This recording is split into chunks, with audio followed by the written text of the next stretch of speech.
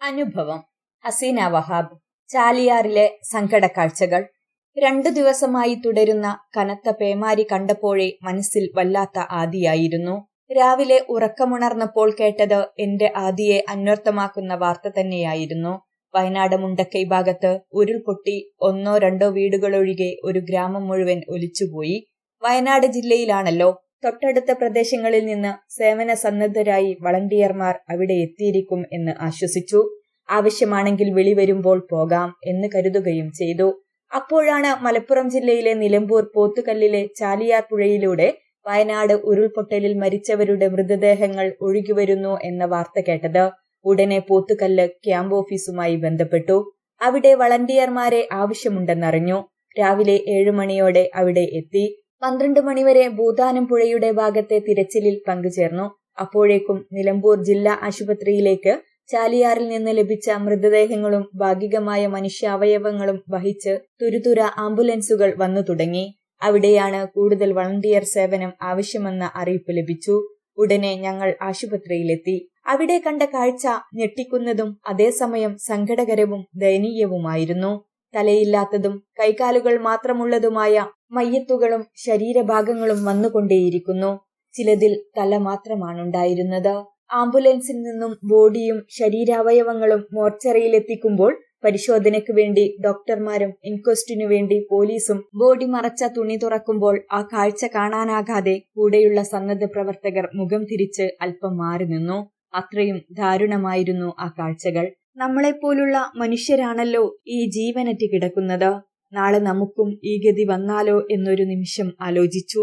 പിന്നെ ഉള്ളിൽ നിന്ന് മനോധൈര്യവും ഊർജവും കൈവന്നു. ഞങ്ങൾ ആ ദൗത്യം ഏറ്റെടുത്തു.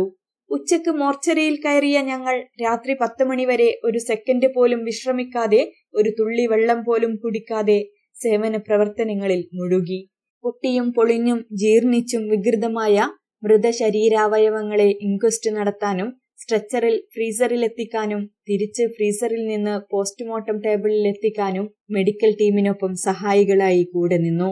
പിന്നെ അവ കുളിപ്പിക്കാനും വൃത്തിയാക്കാനും ഡ്രസ് ചെയ്യാനും നേതൃത്വം നൽകി. അരിയിൽ ചെറിയ പുഴുവിനെ കണ്ടാൽ പോലും അറപ്പ് കാട്ടി പേടിച്ച് മാറുന്നയാളായിരുന്നു ഞാൻ.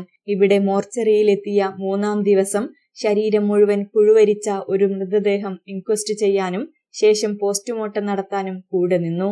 പിന്നെ ആ ശരീരം കുളിപ്പിച്ച് വൃത്തിയാക്കുന്നതിലും പങ്കുചേർന്നു. ഇതൊക്കെ ആലോചിക്കുമ്പോൾ എനിക്ക് തന്നെ അത്ഭുതം. പടച്ച തമ്പുരാൻ ആ സമയത്ത് അതിനു കരുത്തു തന്നതാണെന്ന് ഞാൻ വിശ്വസിക്കുന്നു. ഓരോ ദിവസം കഴിയും തോറും മൃതശരീരങ്ങൾ കൂടുതൽ അഴുകാനും രൂക്ഷഗന്ധം വമിപ്പിക്കാനും തുടങ്ങിയിരുന്നു. പാറയിലോ മരത്തിലോ ഇടിച്ച് തകർന്ന തലയും വികൃതമായ ഉടലുകളുമായി മൃതശരീരങ്ങൾ വരുമ്പോഴേക്കും ആശുപത്രിയിൽ കാത്തുനിൽക്കുന്ന ദുരന്തബാധിതരുടെ ബന്ധുക്കൾ അവരുടെ മൊബൈലിലെ ഫോട്ടോയുമായി ഓടിവരും. ഇതുമായി സാമ്യമുണ്ടോ, ഒന്ന് നോക്കി പറയുമോ എന്ന് ചോദിക്കും. ഓരോ ആംബുലൻസ് വരുമ്പോഴും പ്രതീക്ഷയൂറിയ നോട്ടവുമായുള്ള അവരുടെ നിൽപ്പ് മനസ്സിൽ നിന്ന് മായുന്നേ ഇല്ല. സാമ്യം ഉണ്ടെന്നും ഇല്ലെന്നും പറയാൻ കഴിയാത്ത അവസ്ഥ. ദുരന്തമുഖങ്ങളിലാണ് മനുഷ്യസ്നേഹം അതിന്റെ പൂർണ്ണതയിൽ കാണാനാവുക. പ്രളയകാല സംഭവങ്ങൾ അതിന് സാക്ഷ്യമാണ്. പോത്തുകല്ലിൽ നിന്നത് ഒരിക്കൽ കൂടി നേരിട്ടനുഭവിച്ചു. മുമ്പ് ഒരിക്കൽ പോലും കണ്ടിട്ടില്ലാത്തവരും അറിയാത്തവരുമായ ആളുകളാണെങ്കിൽ പോലും അവർക്ക് വേണ്ടുന്ന സഹായങ്ങളുമായി മലപ്പുറം ജില്ലയിലെ എല്ലാ ഭാഗത്തു നിന്നും വളണ്ടിയർമാർ നിലമ്പൂരിലേക്ക് സേവന മനസ്സുമായി ഓടിയെത്തിയിരുന്നു. Team welfare, IRW, CH centre, SKSSF, Santhwanam, Vikhaya, SDPI, trauma care, self defence, DYFI, Sevabharathi, white guard തുടങ്ങി വ്യത്യസ്ത പേരുകളിൽ പല നിറങ്ങളിലുള്ള കുപ്പായമണിഞ്ഞാണ് അവർ വന്നിരുന്നെങ്കിലും എല്ലാവർക്കും ഒരേ മനസ്സും ഒരേ ലക്ഷ്യവുമായിരുന്നു. ഒരു കൂട്ടം സ്ത്രീകളും പുരുഷന്മാരും നന്മയിൽ പരസ്പരം മത്സരിച്ച് മുന്നേറുന്ന കാഴ്ചയായിരുന്നു ഇവിടെ കാണാനുണ്ടായിരുന്നത്. വേണ്ട സമയത്ത് വേണ്ട നിർദ്ദേശങ്ങളും ഇടപെടലുകളുമായി ആശുപത്രിയിലെ ഡോക്ടർമാരും നഴ്സുമാരും അറ്റൻഡർമാരും ഉൾപ്പെടെ എല്ലാ ആശുപത്രി ജീവനക്കാരും പിന്തുണയുമായി കൂടെയുണ്ടായിരുന്നു. ഒരു കൂട്ടർ ആംബുലൻസിൽ ബോഡിയുമായി വരുമ്പോൾ മറ്റൊരു ടീം അതെടുത്ത് മോർച്ചറിയിലേക്ക് കൊണ്ടുപോകുന്നു. ഉടനെ അടുത്ത ടീം പോലീസിനൊപ്പം ഇൻക്വസ്റ്റിലേക്ക് പ്രവേശിക്കുന്നു.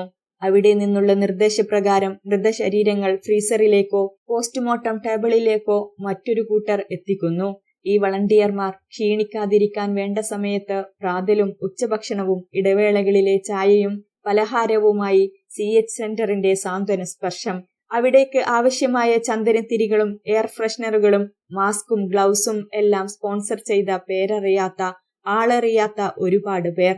അങ്ങനെ എല്ലാവരും അവരവരുടെ റോൾ ഭംഗിയായി കൈകാര്യം ചെയ്യുന്നു. അവരുടെ ആരുമല്ലാത്ത എന്നാൽ അവരെപ്പോലെ തന്നെയുള്ള മനുഷ്യരായിരുന്ന മൃതശരീരങ്ങൾക്ക് മരണശേഷം കൊടുക്കാൻ കഴിയുന്ന ഏറ്റവും നല്ല ഭംഗിയും ആദരവും നൽകുന്നു. ശേഷം മേപ്പാടിയിലേക്ക് ആംബുലൻസിൽ യാത്രയാക്കുന്നു. ഈ ദുരന്തത്തിന്റെ സങ്കടക്കാഴ്ചകൾക്കൊപ്പം മനുഷ്യസ്നേഹത്തിന്റെ ഈ നല്ല ഓർമ്മകളും എന്നെന്നും മനസ്സിൽ അവശേഷിക്കുക തന്നെ ചെയ്യും.